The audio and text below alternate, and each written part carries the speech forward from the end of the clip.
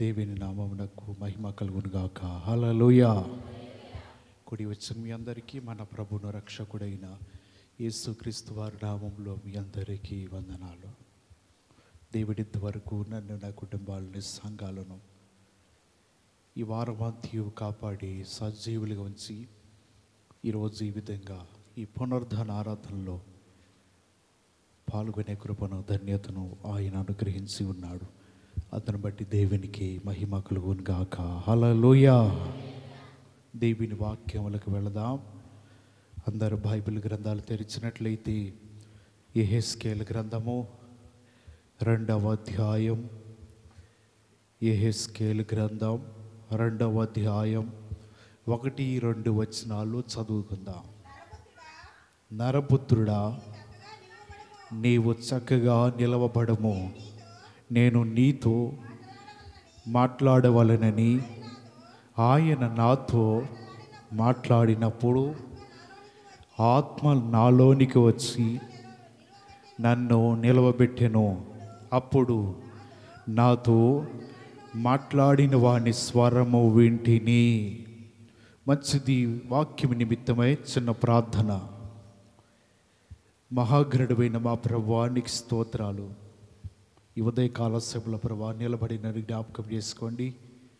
మీ నోటికి నన్ను బోరుగా వాడుకొని కూడి ఉన్న బిడ్డలందరితో మీరు మాట్లాడమని యేసయ్య పరిశుద్ధ నామములో ప్రార్థన చేసి అడుగుచున్నాను మా పరమ తండ్రి.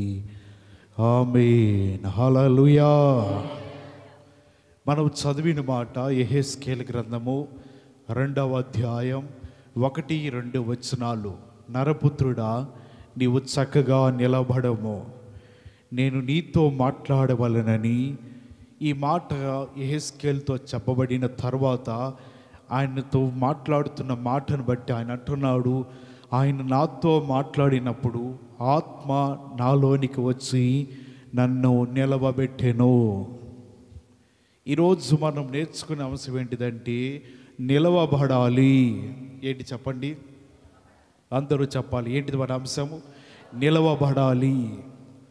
ఇక్కడ ఈ భక్తునిది ప్రవక్తతో చెప్తున్న మాట ఇక్కడ రాయబడి ఉన్నది. నరపుత్రుడా, నీవు చక్కగా నిలవబడు. ఎందుకు నిలవబడమంటున్నాడంటే ఇశ్రాయేలు ప్రజల యొక్క స్థితిగతుల గురించి నీతో నేను మాట్లాడబోతున్నా. ఇశ్రాయేలు ప్రజల యొక్క స్వభావం ఏంటిది, వారు ఏ విధంగా నడుస్తున్నారు, వారి ప్రవర్తన నా ముందు ఎలా ఉండదో దేవుడు అంటున్నాడు. నీవు చక్కగా నిలబడితే వారి గురించి నేను మాట్లాడబోతున్నా. నీవు వారిని బట్టి భయపడుతున్నావేమో, వారిని బట్టి నీ జీవితంలో దిగులు చెందుతున్నావేమో, వారి గురించి నీవు చెప్పవలసిన మాటలు చెప్పలేకపోతున్నావేమో. నేను ఈరోజు నిన్ను ధైర్యపరచడానికి చెప్పే మాట ఏంటిదంటే, నరపుత్రుడా, నీవు చక్కగా నిలబడు. ఈ మాటను బట్టి ఆయన చక్కగా నిలబడ్డాడు. అంటే ధైర్యం తెచ్చుకున్నాడు.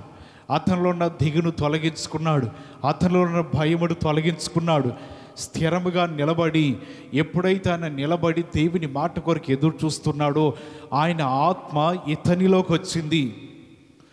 దేవుని ఆత్మ ఇతనిలోకి ఎప్పుడైతే వచ్చిందో ఆ మాటలన్నీ కూడా అంగీకరించడానికి, ఆ మాటలన్నీ కూడా వినటానికి ఆసక్తి చూపుతున్నాడు. అప్పుడు దేవుడిక ఆ భక్తునితో మాట్లాడుతూ ప్రారంభించాడు. ఏమనంటే, నరపుత్రుడు, నేను తెలియపరిచే విషయం ఏంటిదంటే ఇశ్రాయేలు ప్రజలందరూ కూడా తిరుగుబాటుదారులు. ఇశ్రాయేలు ప్రజలందరూ కూడా మాట వినని ప్రజలు. వారికి నీవు చెప్పవలసిన మాటను వారికి తెలియపరచు. వారికి ఏ మాట అయితే నువ్వు బోధించాలనుకున్నావో ఆ మాటను వారికి బోధించు. వారి నిమిత్తమే నీవు ఆలోచించి నీవు మాట్లాడాలనుకున్న మాటను నీలో దాచుకొని నీవు చెప్పాలనుకున్న విషయములను ప్రజలకు తెలియపరచకుండా నీవు జీవించవద్దు.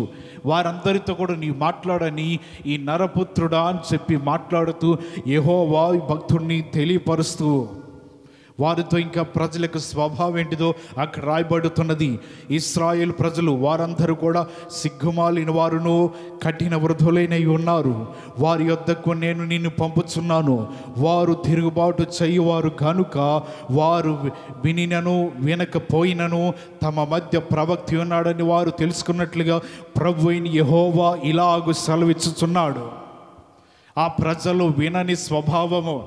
నరపుత్రుడ, నీవు చక్కగా నిలబడు. ప్రజలను చూసి నువ్వు భయపడవద్దు. ప్రజలను చూసి వారు నీ మాటలు వింటారో వినరో అని చెప్పి కలవరపడవద్దు. వారు వినినా వినకపోయినా సరే మాలో ఒక ప్రవక్త ఉన్నాడని తెలుసుకున్నట్లుగా ప్రభు అయిన యెహోవా ఈ మాటను ఆ ప్రవక్తకి తెలియపరుస్తూ ఉన్నాడు. ఈ మాటను వారికి తెలియపరచు. వారు విననొల్లని ప్రజలను, రెండవది కఠిన హృదయులై ఉన్నారు, వారందరితో కూడా నీవు మాట్లాడు. వారు తిరుగుబాటుల తారులైనా సరే నీవు మాత్రం వారికి భయపడవద్దు. నేను నీకు తెలియపరచిన విషయములను వారు వినినా వినకపోయినా వారికి చెప్పు. ఆ మాటలు నువ్వు ఎప్పుడైతే వారికి బోధిస్తూ ఉంటావో, ఆ మాటలు వారికి ఎప్పుడైతే తెలియపరుస్తూ ఉంటావో, అటువంటి సమయంలో నేను వారి గురించి విచారణ చేయబోతున్నాను. ఈ ప్రవక్త చక్కగా ప్రజల ఎదుట నిలబడలేకపోతున్నాడు. తెలపాలనుకున్న ప్రతి విషయంను కూడా ప్రజలకు తెలపలేకపోతున్నాడు. దేవుని మాటలు వారికి తెలియపరచడానికి ఇతడు ఆలోచిస్తున్నాడు. ఎందుకంటే వారు వినటం లేదని, వినని స్వభావం కలిగిన వారని, వారు కఠిన హృదయులై ఉన్నారని, ఇశ్రాయేలు సిగ్గుమాలిన ప్రజలై ఉన్నారని ఈ విషయం గ్రహించిన ప్రవక్త దేవుని మాటలు ఉన్నది ఉన్నట్టుగా తెలియపరచడానికి ఆలోచన చేస్తూ ఉన్నాడు. దేవుడు అంటున్నాడు, వారు తిరుగుబాటు ప్రజలే కావచ్చు, వారు కఠిన హృదయులైన ప్రజలే కావచ్చు, కానీ వారు వింటున్నారా వింటలేదా కాదు, కానీ నీవు తెలియపరచవలసిన విషయమును వారందరికీ కూడా నీవు తెలియపరచు. ఈ మాటను తెలియపరచడానికి దేవుడు మాట్లాడుతున్న, నరపుత్రుడా నీవు చక్కగా నిలబడు. నీవు ధైర్యం తెచ్చుకొని నిలబడితే నీ మాట వారు వింటారు. నీవు ధైర్యం తెచ్చుకుని ప్రజలకు తెలియపరచడానికి నీవు నిలబడినట్లయితే నీ మాటను వారు అంగీకరిస్తారు. ఆ మాటను బట్టి ఇతడు నిలబడగా దేవుని ఆత్మ ఇతనిలోకి వచ్చినది. హల్లెలూయా. ప్రజలందరికీ మాటను తెలియపరుస్తున్నాడు. దేవుడు తెలియపరిచిన, సెలవిచ్చిన ప్రతి మాటను కూడా వారితో చెప్తా ఉన్నాడు. దేవుడు ఏ మాటలైతే తెలియపరచమన్నాడో ఈ ప్రవక్త తన నోరు తెరిచి ఇశ్రాయేలు ప్రజలందరికీ కూడా ఈ మాటలన్నిటిని కూడా వినమని వారికి ఆజ్ఞాపిస్తూ ఉన్నాడు. వారు వినినా వినకపోయినా చెప్పవలసిన బాధ్యత ప్రవక్తకు ఉన్నది.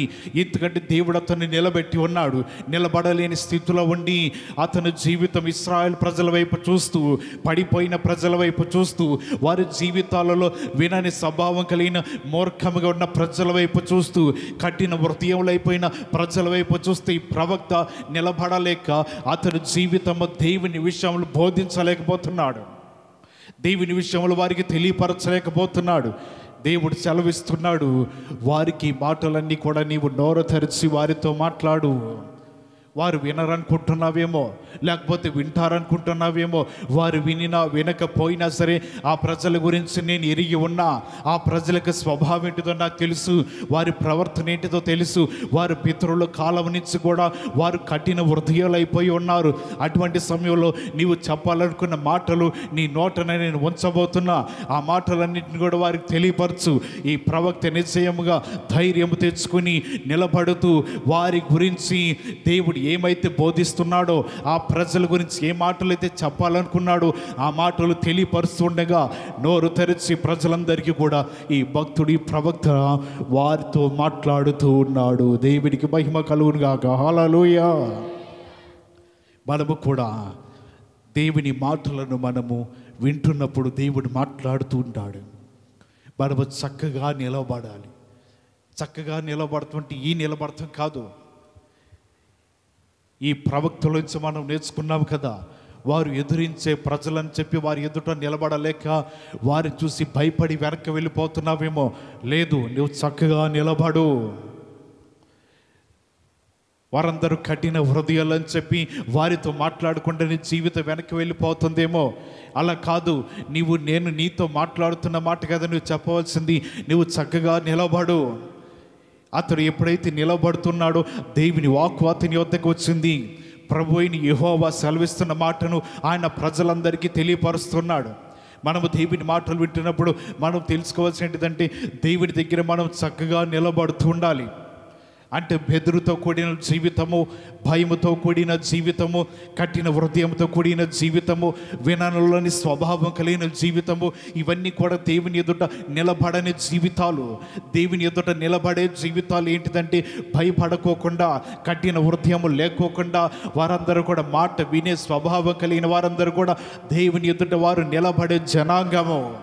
దేవుని ఎదుట వారందరూ కూడా మాట వినే ప్రజలు అందరు బట్టి నువ్వు చక్కగా నిలబడు, నేను నీతో మాట్లాడబోతున్నానని ఆ ప్రవక్తకు తెలియపరిచినప్పుడు ఆయన నిలబడగానే దేవుని ఆత్మ అతనిలోకి వచ్చి మాట్లాడుతున్న ప్రతి మాటను, ప్రభుని యెహోవా సెలవిస్తున్న ప్రతి మాటను ఈయన వింటూ ఆలకిస్తూ ప్రజలకు తెలియపరచడానికి ఒక ధైర్యము పొందుకుని ఉన్నాడు. మనము దేవుని మాటలు వింటున్నప్పుడు, ఆయన మాటలు ఆలకిస్తున్నప్పుడు మొదటిగా మనం చక్కగా నిలబడాలి. ఆయనకి మనకి మధ్యలో ఏ అడ్డులు ఉండకూడదు.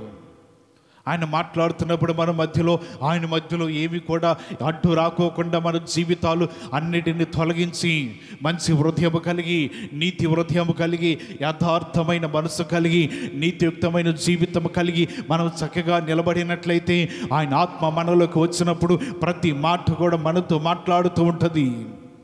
ప్రతి మాట కూడా దేవుడు తెలియపరుస్తూ ఉంటాడు. మనలో ఉన్న భయము తొలగించబడుతుంది. మనలో ఉన్న భయముని దేవుడు తీసివేస్తూ ఉంటాడు. కఠినమైన హృదయములు తీసివేస్తూ ఉంటాడు. దేవుని మాటకి వినే స్వభావమును దేవుడు మనకు అనుగ్రహిస్తూ ఉంటాడు. అందుని బట్టి నీవు చక్కగా నిలబడు. దేవుని ఎదుట ఎవరైతే చక్కగా నిలబడుతూ ఉంటారో వారందరితో కూడా దేవుడు మాట్లాడుతూ ఉంటాడు. ఈయన హృదయం కూడా అతని జీవితము ప్రజలను చూసి ఏమి మాట్లాడలేకపోతున్నాడు, ప్రజలను గద్దించలేకపోతున్నాడు, ప్రజలను హెచ్చరించలేకపోతున్నాడు, వారికి తెలియపరచవలసిన విషయములు తెలియపరచలేకపోతున్నాడు. నరపుత్రుడా, నీవు చక్కగా నిలబడు, నేను నీతో మాట్లాడబోతున్నాను.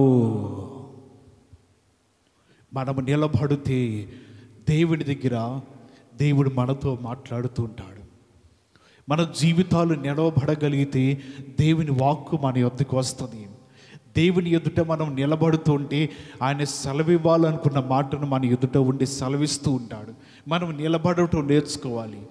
అంటే ఎటువంటిది అనాలోచన మన జీవితంలో లేకుండా ఆయన మాట్లాడబోతున్నాడని మనం స్థిరముగా నిలబడితే ఆయన మాటలు, ఆయన వాక్కు మన యొద్దకు వస్తుందంట.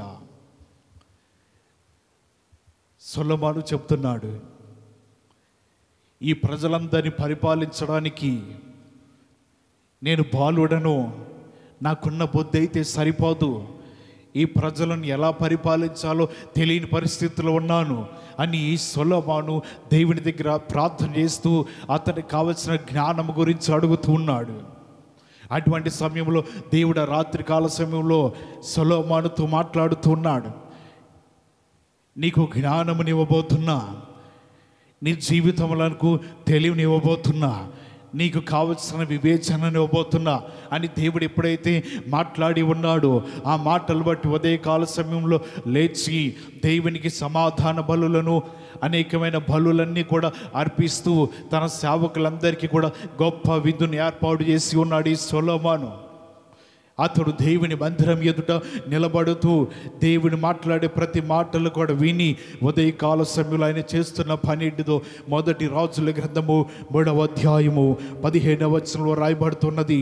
అంతలో సొలొమోను మేల్కొని అది స్వప్నమని తెలుసుకొని పిమ్మట అతడు యెరూషలేమునకు వచ్చి యెహోవా నిబంధన గల మందసం ఎదుట నిలవబడి దహన బలులను, సమాధాన బలులను అర్పించి తన సేవకులందరికీ విందు చేయించెను. ఎక్కడ నిలబడి ఉన్నాడంట? యెహోవా నిబంధన గల మందసం ఎదుట నిలవబడి. దేవుని నిబంధన మందసం ఎదుట నిలబడి ఉన్నాడు. ఎందుకంటే రాత్రికాల సమయంలో దేవుడు సొలొమోనుని కలలో దర్శించి ఉన్నాడు. ఆయన కోరిక ఏమై ఉన్నదో, ఆయన దేని కొరకు ఎదురు చూస్తున్నాడో, దేని కొరకు ఆశపడుతున్నాడో, దేని కొరకు సొలొమోను ప్రజలను చూసి అతడు భయపడుతున్నాడయ్యా, ప్రజలందరికీ బుద్ధి చెప్పడానికి, ప్రజలందరినీ పరిపాలించడానికి, దావీదు సింహాసనమును నేను స్వాతంత్రించుకోవడానికి నేను బాలుడను, ఉన్న బుద్ధి సరిపోవట్లేదు, ఉన్న జ్ఞానం సరిపోవట్లేదు. ఇటువంటి సమయంలో ఏం చేయాలో తెలియని పరిస్థితిలో ఇతను జీవితం ఉండగా దేవుడు మాట్లాడి జ్ఞానంనిస్తున్నాడు, ఐశ్వర్యంనిస్తున్నాడు, సంపదనిస్తున్నాడు, తెలివినిస్తున్నాడు. అన్నిటిని కూడా సొలొమోనుకు దయచేయబడుతున్నది. ఉదయకాల సమయంలో అతను లేచి ఇది కళ అని గ్రహించాడు.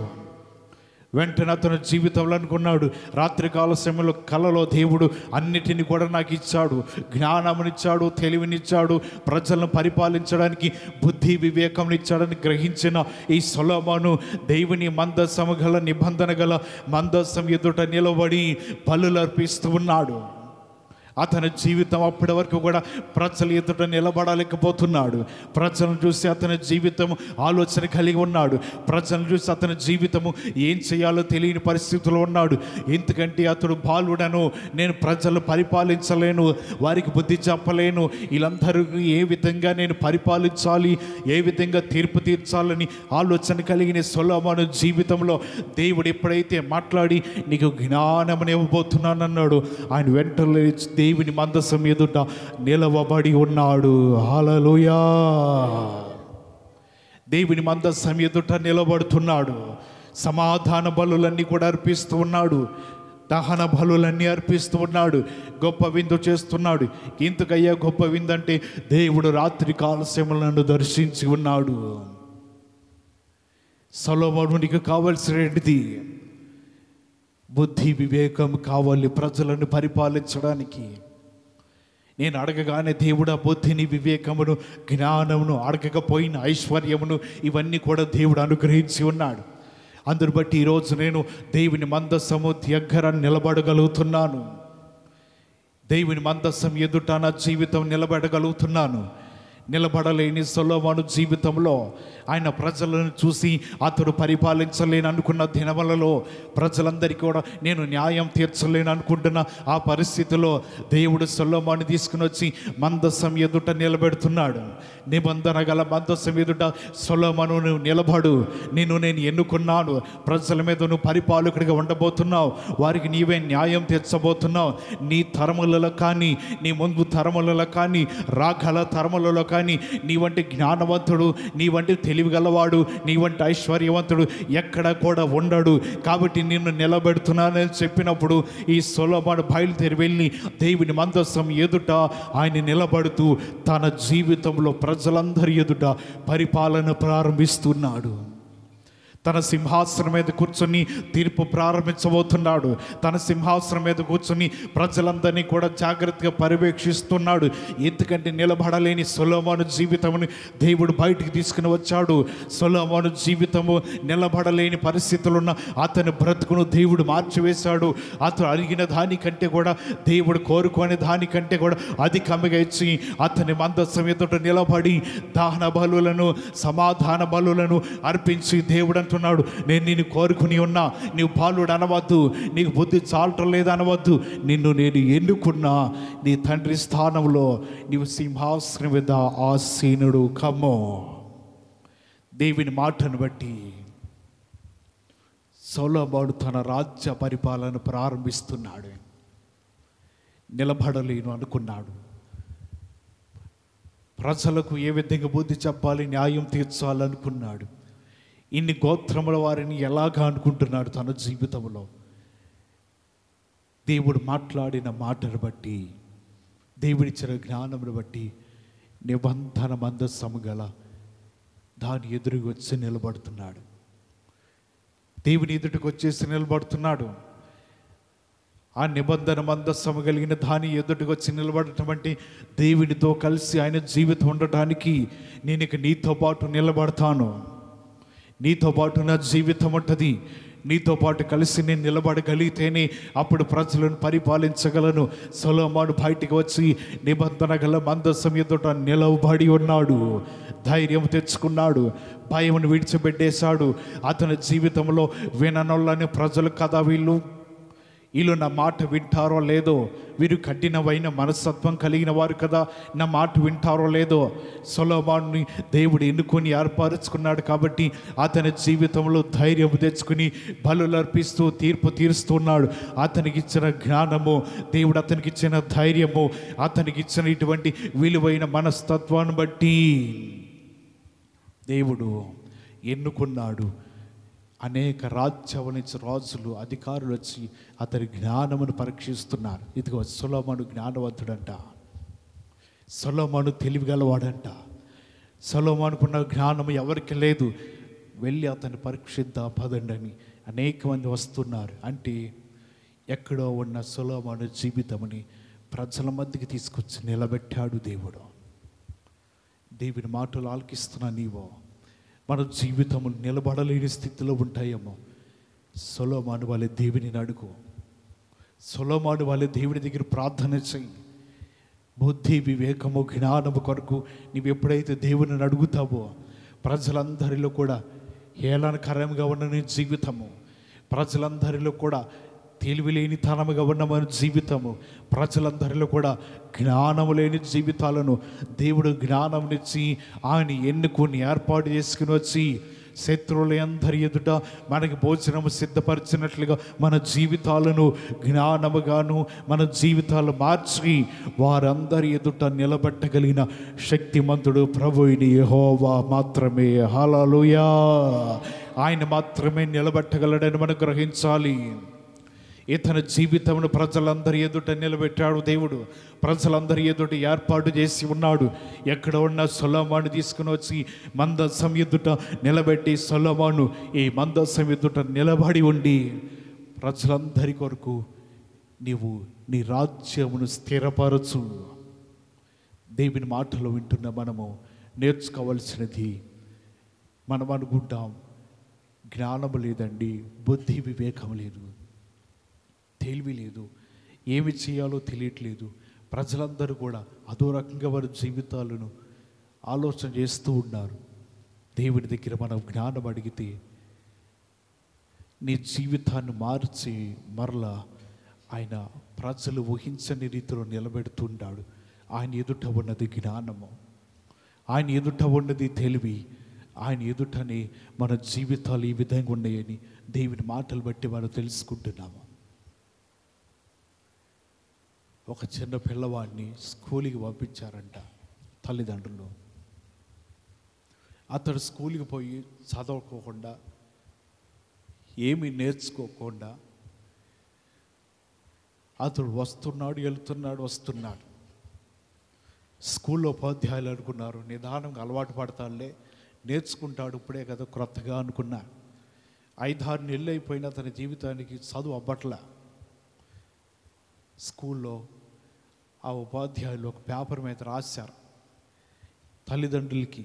ఏమనంటే, అమ్మ మీ బిడ్డలు సరిగ్గా చదవట్లేదు, ఇప్పటికి సంవత్సరంలో సగం అయిపోయినా సరే ఒక అక్షరం మొక్క కూడా రావట్లా, చదవటానికి కూడా ఆయన ఇంట్రెస్ట్ చూపించట్లా.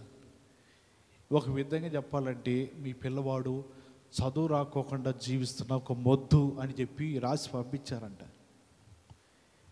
ఈ కాగితం ఎత్తుకెళ్ళి ఆడు వాళ్ళ అమ్మానానికి ఇచ్చాడు. ఇదిగో స్కూల్లో ఏదో రాసి ఇచ్చారండి. మనడికి చదువు రాదు, ఇంకేం చదువుతాడు, దాంట్లో ఏం రాస్తుందో. వాళ్ళ తల్లిదండ్రులు చదివారంట.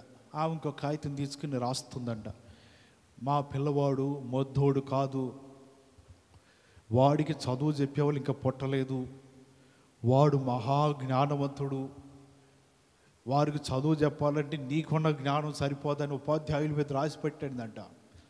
ఈడి పేపర్ ఎత్తుకెళ్ళి ఆమెకు చూపించాడు. ఇదిగో పేపర్ ఇచ్చారు మా ఇంట్లో అన్నాడు. ఆ పేపర్ చూసి ఆశ్చర్యం, ఇదేంట్రా నువ్వు మొద్దోడు అంటే, నేను మొద్దుదా అన్నట్టదేంటి మీ అమ్మ, నాకు చదువు రాదంటదేంటి, చదువు రాదు నీకా నాకా అని చెప్పి ఇలా అరిసిందా. రెండో రోజున మానిపించావు, రై నీకు చదువు చెప్పేది కాదు ఆ స్కూల్లో, ఆ చదువు చెప్పేవాళ్ళు పుట్టలేదు, ఇంకా స్కూల్ మానేసాయి అని ఇంట్లో కూర్చోబెట్టిందంట. అని ఇంట్లో కూర్చున్నాడు. మరి పని పాట లేనోడు ఏదోటి కెలుగుతూ ఉంటాడుగా ఇంట్లో, దాన్నో దాంట్లో ఏళ్ళు పెడతామో, దీంట్లో ఏదో బాగున్న వస్తువులు చెడగొడతామో, చెడిపోయిన వస్తువులు బాగు చేయటమో, ఏదోటి ఇంట్లో ఉన్న వస్తువులు రోడ్ల మీద వేయటమో ఏదో ఒకటి చేస్తారు. ఇక ఖాళీ ఉంటే ఇక ఇప్పుడు యాసకాలం సెలవులు వచ్చినాయి, 2 నెలలకి అదే పనిలో ఉంటారు పిల్లలందరూ. బాగున్నాయి పాడేయటం, పాడేసినవి బాగుండటం, బయట లోపల వేయటం, లోపలికి బయట వేయటం, ఇదే పని 2 నెలల్లో. ఇలాగ చేస్తూ ఉన్నాడు. కొద్ది కాలానికి అతడు ఏదో చేస్తూ గొప్ప ప్రయోజకుడు అయిపోయాడంట.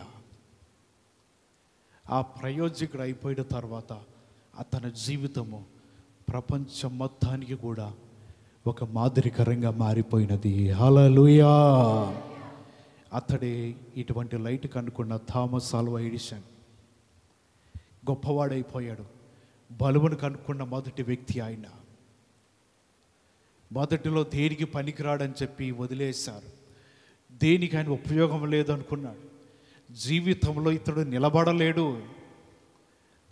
ఒక అక్షరముకు కూడా రాని సమయంలో స్కూల్ మానిపించి విడిచిపెట్టి అతను వదిలివేసినప్పుడు నిదానంగా అతను జీవితం ప్రయోగాలు చేస్తూ చేస్తూ అనేక మార్లు విఫలమైనా సరే అతను అనుకున్నాడు, నన్ను బాగుపడరని స్కూల్లో అన్నారు, నువ్వు చదువుకోవద్దురా అని చెప్పి ఇంట్లో అంటున్నాను. ఇక జీవితంలో నేను నిలబడాలంటే నేను దేనిలో దానిలో ప్రయత్నం చేస్తున్న ఒక్క దానిలో అయినా సరే విజయం సాధించాలి అని పట్టుదలతో ప్రయాసపడి ఈ లోకానికి ఒక వెలుగును తేవటానికి కష్టపడ్డాడు. అతని పేరు ఈరోజు కూడా నిలబడింది. అతని పేరు ఈరోజు కూడా అతడు నిలబెట్టుకున్నాడు. అనేక సార్లు విఫలం చెందినా సరే తన ప్రయత్నం ఆపివేయలేదు, చేస్తూనే ఉన్నాడు. వెలిగించే వరకు కూడా, ఒక విద్యుత్ కాంతినిచ్చే బల్బు తయారయ్యే వరకు కూడా అతడు ప్రయాసపడుతూనే ఉన్నాడు. నేను నిలబడాలి. ఎవరైతే పనికి రావన్నాడో, ఎవరైతే చదువు చెప్పొద్దు అన్నారో, ఎవరైతే స్కూల్కి రావద్దు అన్నారో అటువంటి వారి జీవితాల వైపు చూడకుండా ఇతడు ప్రయత్నిస్తూ తన జీవితంలో బ్రతుకుట వలన దేవుడు అతని జ్ఞానమునిచ్చి ప్రపంచంలోని ఒక పేరుని అతనికి అనుగ్రహించాడు. హల్లెలూయా! అతడు గొప్పవాడిగా అయిపోయాడు. నిలబడాలి. మన జీవితంలో కొన్నిసార్లు మనము నిలబడటానికి ప్రయత్నిస్తూ ఉంటాం, పడిపోతూ ఉంటాం. నిలబడుతూ ఉంటాం, మన జీవితంలో కృంగిపోతూ ఉంటాం. నిలబడుతూ ఉంటాం, మన జీవితంలో కాలు జారిపోతూ ఉంటాం. దేవుని వాక్యం చెప్తుంది, నరపుత్రుడా నీవు చక్కగా నిలబడు, నేను నీతో మాట్లాడబోతున్నాను అనగా భయమును తొలగించుకో. మొదట నీ జీవితంలో కఠినమైన హృదయమును తొలగించుకో. నీ జీవితంలో దేవుని మాట వినే లక్షణాన్ని తెచ్చుకో. ఇవన్నీ ఉంటే నీవు నిలబడలేవు. దేవుడు నరపుత్రుడా నీవు నిలబడు అంటున్నా సరే ఈ 3 స్వభావాలు నీలో ఉంటే నిలబడ నీవు కృంగదీస్తూ ఉంటాయి, నిన్ను పడద్రోస్తూ ఉంటాయి. మొదటిగా అటువంటి అలవాటులన్నీ చెడ్డ స్వభావం విడిచిపెట్టు, అప్పుడు నువ్వు నిలబడగలుగుతావు. సొలొమోను జీవితం జ్ఞానం లేదే, నాకు తెలివి లేదు, బుద్ధి వివేకం లేదని నిలబడలేక అతని జీవితంలో దేవుని అడుగుతూ ఆయన జీవితాన్ని గడుపుతున్నాడు. దేవుడు మాట్లాడగానే అతని జీవితము గబగబ వచ్చి దేవుని మందస్సు ఎదుట నిలబడిపోయాడు. భయముడు తొలగించుకున్నాడు, కఠినమైన హృదయముడు తొలగించుకున్నాడు, అతనిలో ఉన్న ఆందోళన తొలగించుకున్నాడు. ప్రజలందరినీ కూడా పరిపాలించడానికి, జ్ఞానముగా నడుచుకోవడానికి సొలొమోనుకి ఇవ్వబడిన జ్ఞానమును బట్టి ఆయన అనేక మందికి విలువైన తీర్పును తీరుస్తున్నాడంట. హల్లెలూయా! బైబిల్ గ్రంథంలో ఇంకొక మాట చదువుకుందాం. లూకా రాసిన సువార్త 4వ అధ్యాయము, లూకా రాసిన సువార్త 4వ అధ్యాయము 39వ వచనము.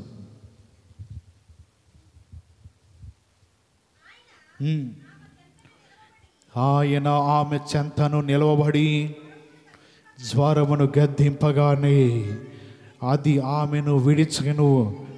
వెంటనే ఆమె లేచి వారికి ఉపచారము చేయసాగెను. హల్లెలూయా! ఇక్కడ కనబడుతున్న మాట, యేసు ప్రభువారు సమాజ మందిరం నుంచి లేచి సీమోను ఇంటికి వెళ్ళాడు.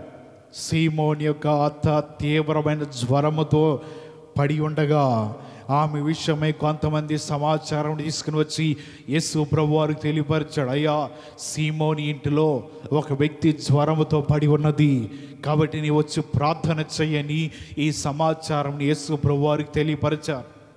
యేసు ప్రభువారు ఆ మాట విని గబగబా ఆయన ఆమె వద్దకు వెళ్ళి ఆమె చెంతన నిలబడి జ్వరమును గద్దించగానే అది ఆమెను విడిచెను. హల్లెలూయా! యేసు నిలబడ్డాడంటే ఎక్కడ నిలబడ్డాడు? జ్వరము కలిగిన వ్యక్తి దగ్గర నిలబడి ఉన్నాడు. జ్వరముతో బాధపడుతూ బలహీనమైపోయిన వ్యక్తి దగ్గర యేసు నిలబడి ఉన్నాడు. మొదటిగా నరపుత్రుడా నీవు చక్కగా నిలబడు, ఆయన వచ్చి తర్వాత నీ దగ్గర నిలబడతాడు.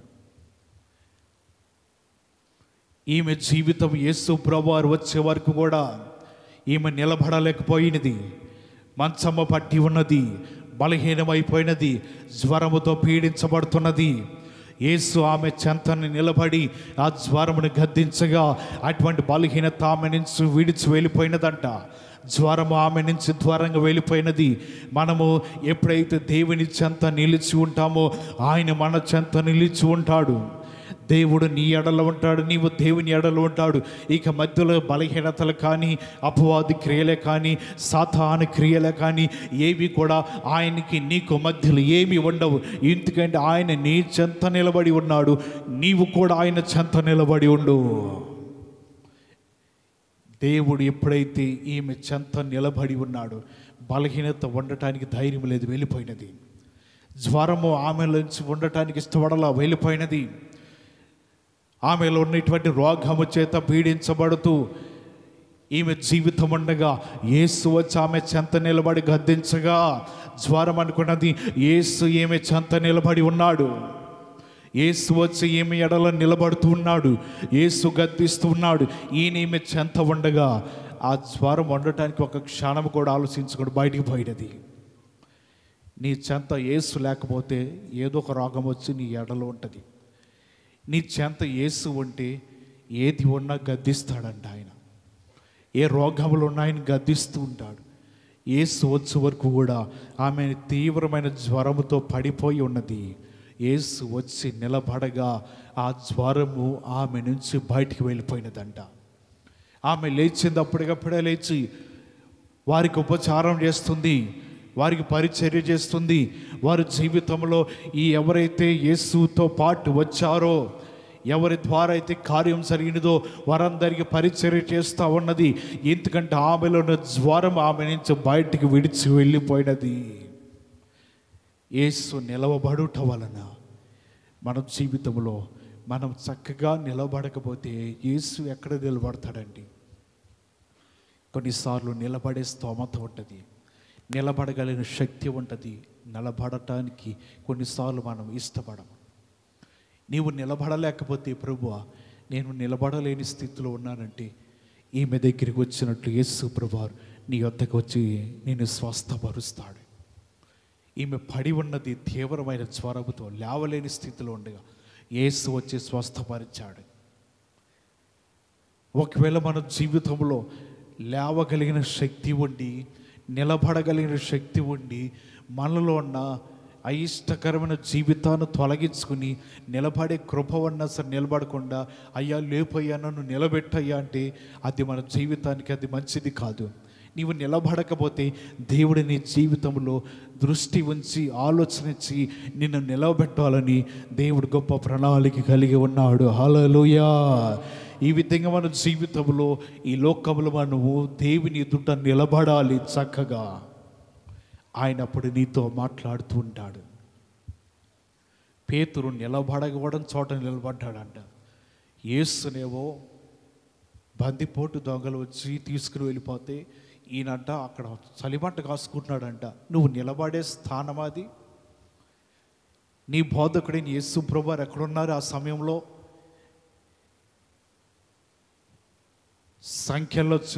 సంఖ్యలతోనూ ఆయుధములతోనూ ఖడ్గములతో వచ్చి యేసు ప్రభువారిని ఈడ్చుకుంటూ అధికారులు ఎంతకు వెళ్ళిపోతే పేతురు ఎక్కడ ఉండాలి? ఎక్కడ పేతురు నిలబడి ఉండాలి? ఆ బంట్రోతుల మధ్యన కూర్చొని వారు చలిమంట కాసుకుంటుంటే ఈ పేతురు కూడా వెళ్ళి వారితో పాటు చలిమంట కాసుకుంటున్నాడు. అయ్యా నీవు కూడా ఆయనతో పాటు ఉన్నావు కదా అబ్బాయి, నేను లేను. ఎక్కడ నిలబడవలసిన పేతురు ఎక్కడ నిలబడుతున్నాడు? మరణం వరకు నీతోనే ఉంటానన్నాడు, నీకు మరణం రాకూడదంటున్నాడు. పేతురు యేసు ప్రభువారితో పాటు ఎప్పుడు కలిసి జీవించేవాడు. పేతురు ఎప్పుడు యేసు ప్రభువారు వెంట ఉండేవాడు.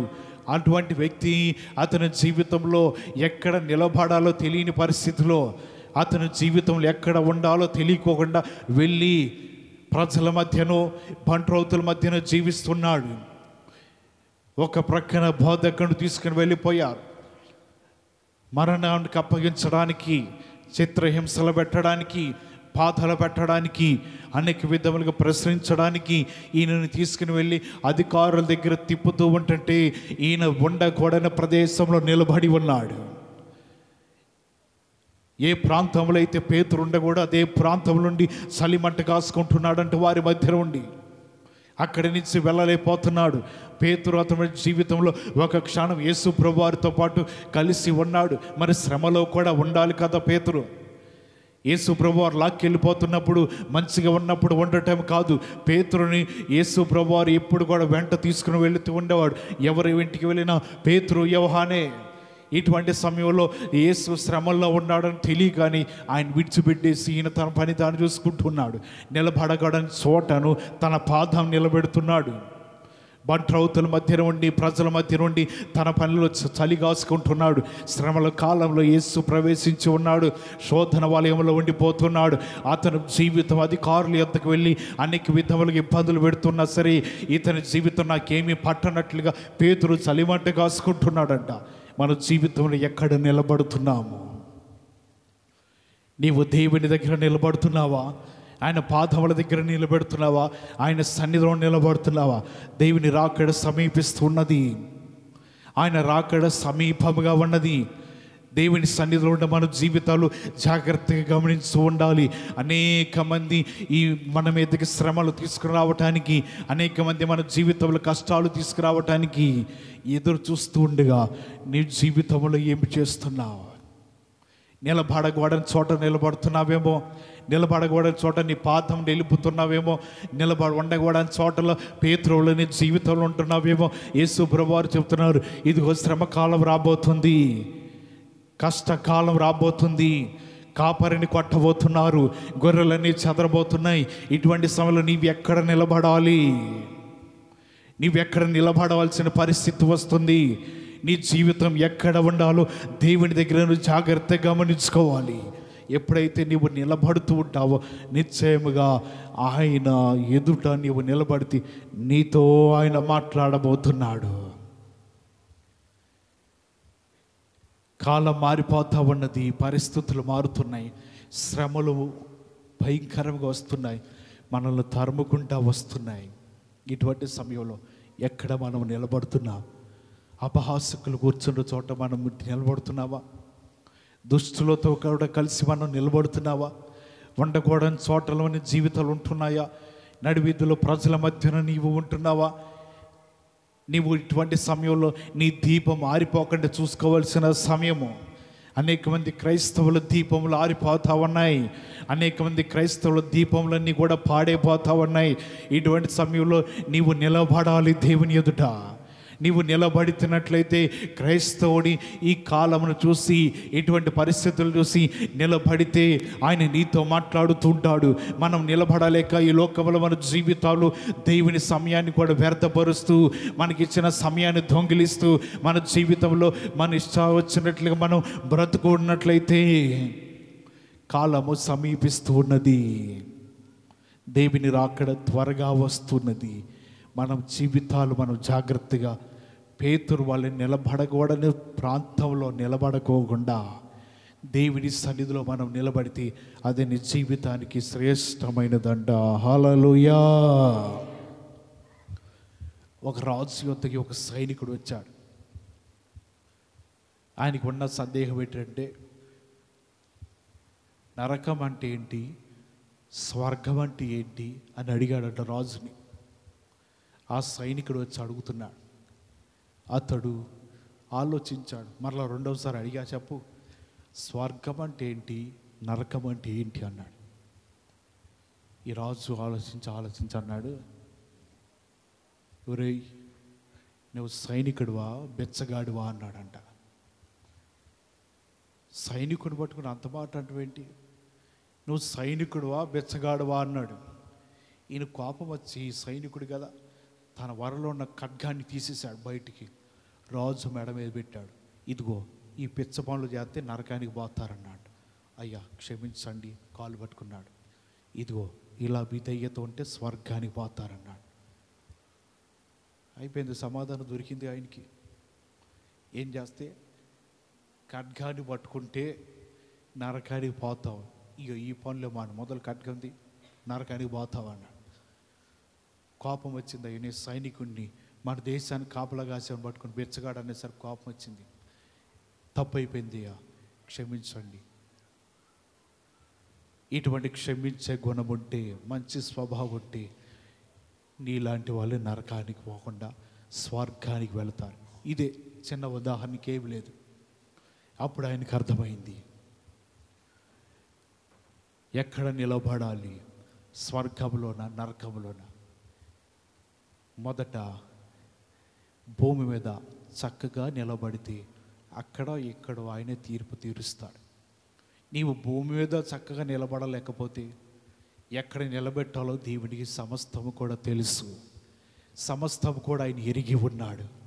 నీవు కింద నిలబడాలో పైన నిలబడాలో ఈ మధ్యలో ఉన్న భూమి మీద నీవు చక్కగా నిలబడితే ఆయన నీతో మాట్లాడుతూ ఉంటాడు.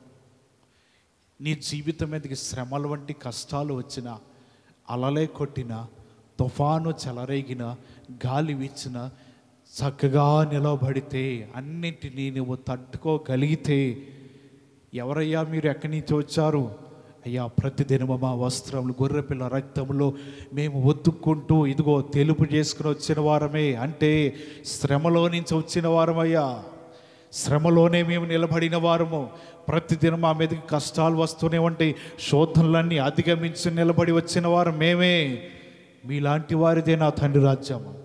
నిలబడాలి.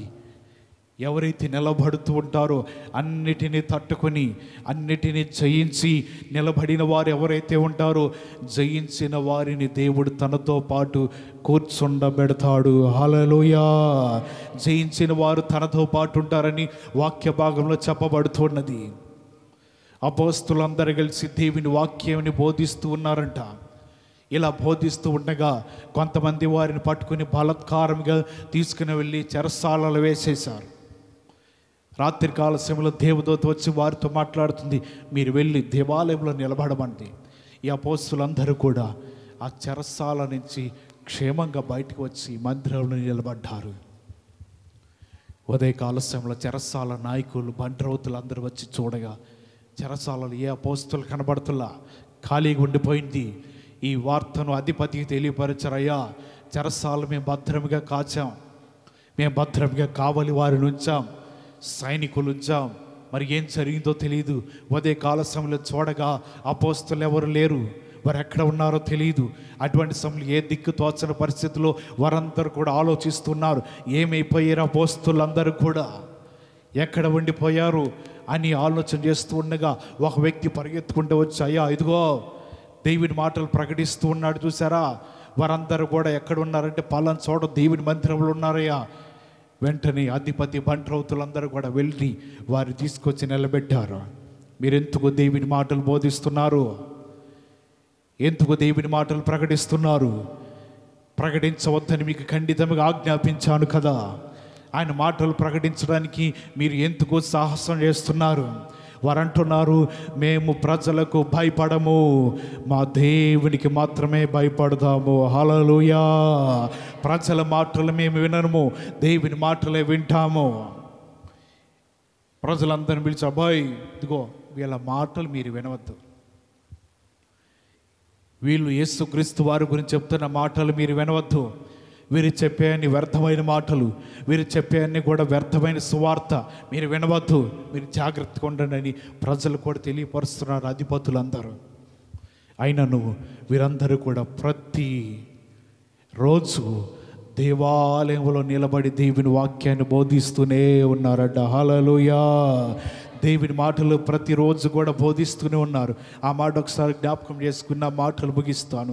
అపోస్తుల కార్యము 5వ అధ్యాయము 42వ వచనంలో ఉన్నది, ప్రతిదినము దేవాలయములలో ఇంటింటను మానక బోధించుచు యేసే క్రీస్తుని వారు ప్రకటిస్తున్నారు.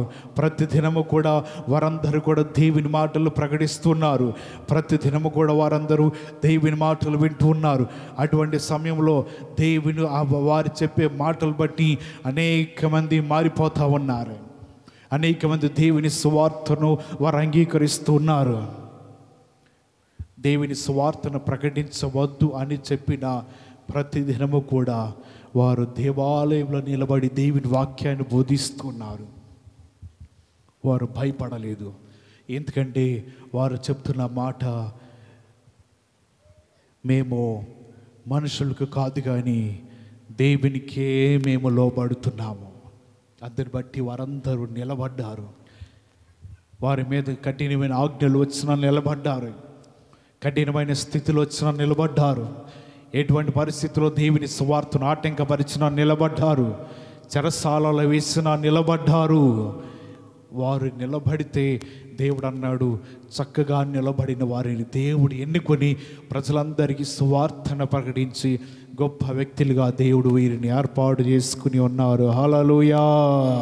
దేవుని మాటలు వింటున్న దేవుడి బిడ్డలారా, మన జీవితం మీదకి అనేకమైన కష్ట పరిస్థితులు వస్తున్నా, కఠిన పరిస్థితులు వస్తున్నా, మనము జీవితంలో క్రైస్తవులైన మనము సైనికుల వలె నిలబడి అన్నిటినీ మనం ఎదుర్కొన్నట్లయితే దేవుడు అంటున్నాడు, నీవు చక్కగా నిలబడు, నేను నీతో మాట్లాడబోతున్నానని చెప్పినట్లుగా మన జీవితంలో అన్నిటిని విడిచిపెట్టి, భయమును, ఆందోళన, దుఃఖమును విడిచిపెట్టి నీవు చక్కగా నిలబడు. ఆయన నీతో మాట్లాడి దర్శించబోతున్నాడు. ఈ కొద్ది మాటలు బట్టి దేవుడు మిమ్మల్ని బలపరచును గాక. అందరూ తలలు వచ్చండి, ప్రార్థన చేసుకుందాం.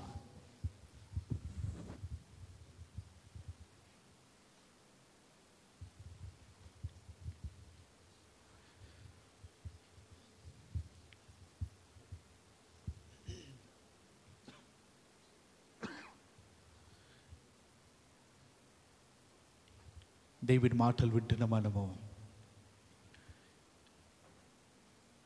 దేవుడు మాట్లాడిన మాటను బట్టి మనం గమనిస్తూ ప్రభు దగ్గర, ప్రభువా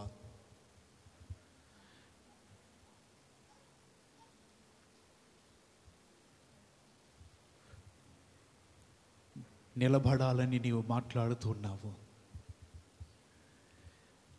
నరపుత్రుడా, నీవు చక్కగా నిలబడు. నీ మీదకు వస్తున్న పరిస్థితులు బట్టి, నీవు కలిగి ఉన్న స్థితిని బట్టి నీవు నిలబడలేకపోతున్నావా? దేవుడు మాట్లాడాడు కదా, నీవు కలిగి ఉండవలసిన దానిని బట్టి దేవుడి దగ్గర చక్కగా నిలబడటానికి ఆయనను అడుగు.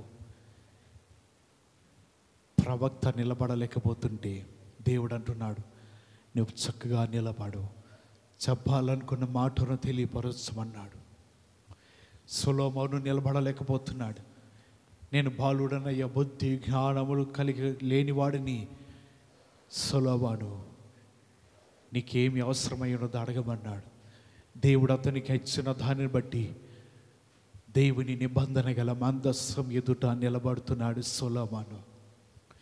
నీవు నిలబడలేకపోతే ఈ సమయంలో దేవుని దగ్గర తెలియపరచు, ప్రభువా నేను నిలబడలేకపోతున్నానయ్యా. కొన్నిసార్లు నా జీవితం మీదకి శ్రమలు వస్తున్నాయి, బలహీనతలు వస్తున్నాయి, అనారోగ్యం నా జీవితాన్ని పీడిస్తూ ఉన్నది, కఠినమైన పరిస్థితులు నా జీవితాన్ని పీడిస్తున్నాయి, నిలబడలేకపోతున్నాను ప్రభువా అని మనం అడిగితే ఆయన నిలబెడతాడు. నీవు అడగకపోతే జీవితాంతం ప్రయత్నించిన నిలబడలేవండి. అనేక మంది నిలబడలేని పరిస్థితుల్లో ఇక్కడ ఉండవచ్చు. దేవుడి దగ్గర అడిగితే ఆయన నీకు నిలబెట్టాలని ఇష్టపడుతున్నాడు. దేవుడి దగ్గర మనం అడిగితే నిలబడాలని కోరిక ఉండదు. ప్రభా, నా మీదికి అల్ల వంటి శ్రమలు నా మీదకి పొంగి పారులుతూ ఉన్నా నేను నిలబడాలి. నీ శక్తిని బట్టి మాత్రమే నేను నిలబడాలి ప్రభా, నీ ద్వారా నేను నిలబడాలని నీవు దేవుని అడిగితే నిశ్చయముగా ఆయన నిన్ను నిలబెట్టడానికి దేవుడు ఇష్టపడుతున్నాడు. ప్రభువా, నిలబడాలని ఆసక్తి కలిగిన వారిని ఈ సమయంలో నీవు నిలబెట్టండి. వారి పరిస్థితుల వైపు చూడకుండా నీ వైపు చూసి నిలబడే కృపను అనుగ్రహించండి. అపోస్తలుల మీదకి ఎటువంటి కఠినమైన ఆజ్ఞలు వచ్చినా ప్రతి దినము వారు దేవుని సువార్త కొరకు నిలబడుతున్నారు. అటువంటి ధైర్యము నిన్ను అడుగుతున్న ప్రజలకి మీరు అనుగ్రహించండి. లోక వైపు, శ్రమల వైపు చూసి వారు కృంగిపోకుండా నీ వైపు చూస్తూ వారి లోక యాత్రను కొనసాగించే కృపను అనుగ్రహించండి. దేవుడు మీ ప్రార్థనలు వినబోతున్నాడు. దేవుడు మీ విజ్ఞాపనలు వినబోతున్నాడు.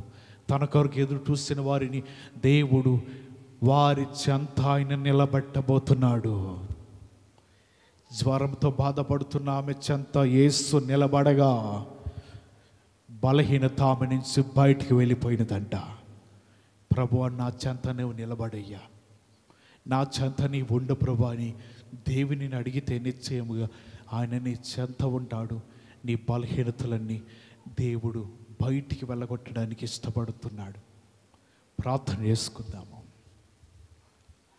చెప్పబడిన ప్రతి మాటలు మనందరి జీవితంలో ఫలభరితంగా ఉన్నట్లుగా ఆత్మచేత ప్రేరేపణ కలిగిన వారు వాక్య భాగం ఫలించున్నట్లుగా ప్రార్థన చేయండి.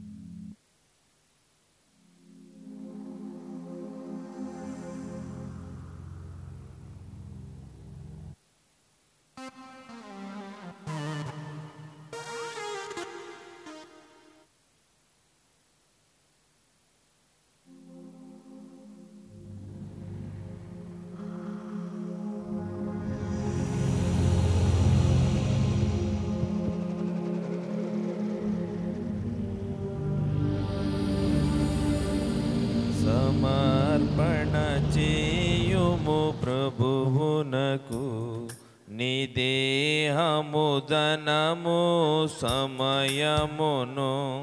సమర్పణ చేయుము ప్రభువునకు నీ దేహము ధనము సమయమును.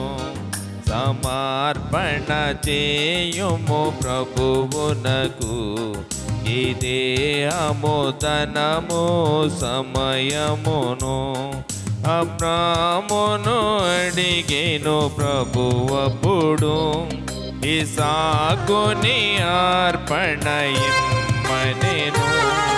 అబ్రామును అడిగేను ప్రభువప్పుడు ఇసాకుని అర్పణ ఇమ్మనెను.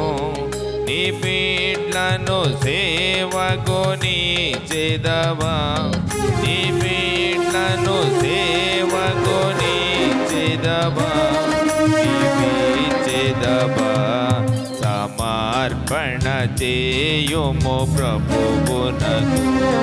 నీ దేహము ధనము సమయమును.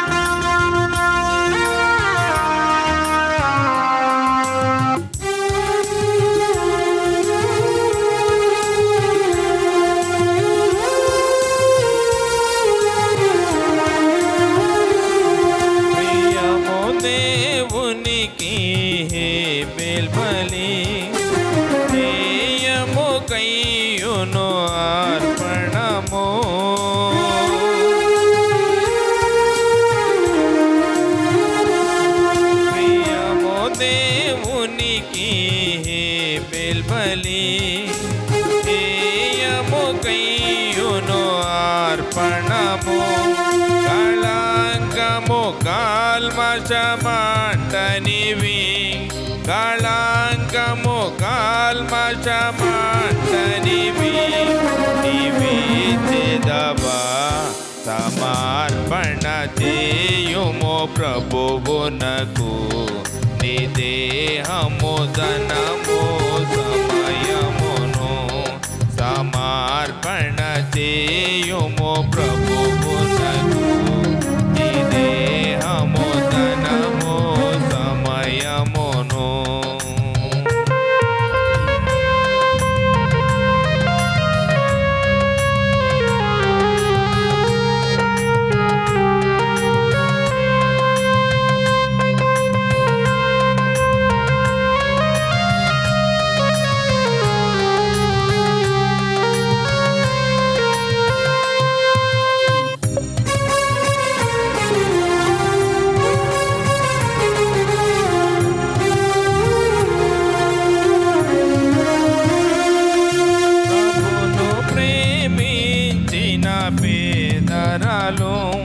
కాసులు రెండి చెను కానుకగా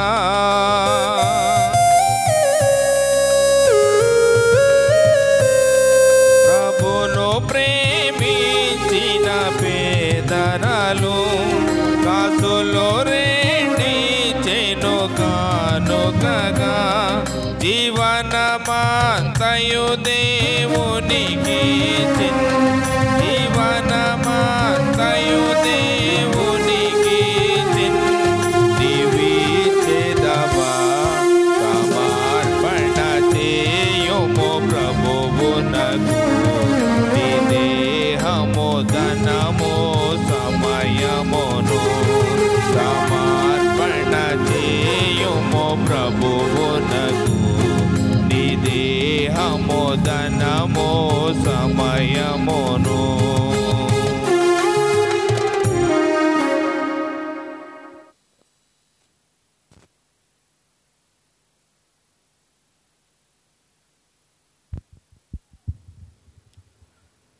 ఈ వారంలో ఎవరికైనా ప్రత్యేక ప్రార్థనలు కావాలా?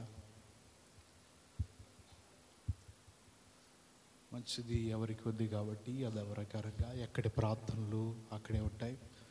మంగళవారం రాత్రికి బాడుపాడులో ఉంటుంది, బుధవారం పగలు మందిరంలో 10:30కి స్త్రీల గుడి ఉంటుంది. ఇంక ఈ వారంలో ఇంకా ప్రత్యేకమైన ప్రార్థనలు ఏమీ ఇంకెక్కడ ఉండవు. ఈ ప్రార్థనలు కూడా జరగబోతున్న మీటింగుల కొరకు కూడా మీరు అనుదినము జ్ఞాపకం చేసుకోండి. ఆ మీటింగుల కొరకు కూడా మీరు ప్రార్థన చేయమని తెలియపరుస్తున్నా. ఇక అంతకు మించి ఇంకా ప్రత్యేకమైన ప్రకటన లేవులో అందరూ తలలు వంచండి, ప్రార్థన చేసుకుని ఈ ఆరాధన ముగించుకుందాము.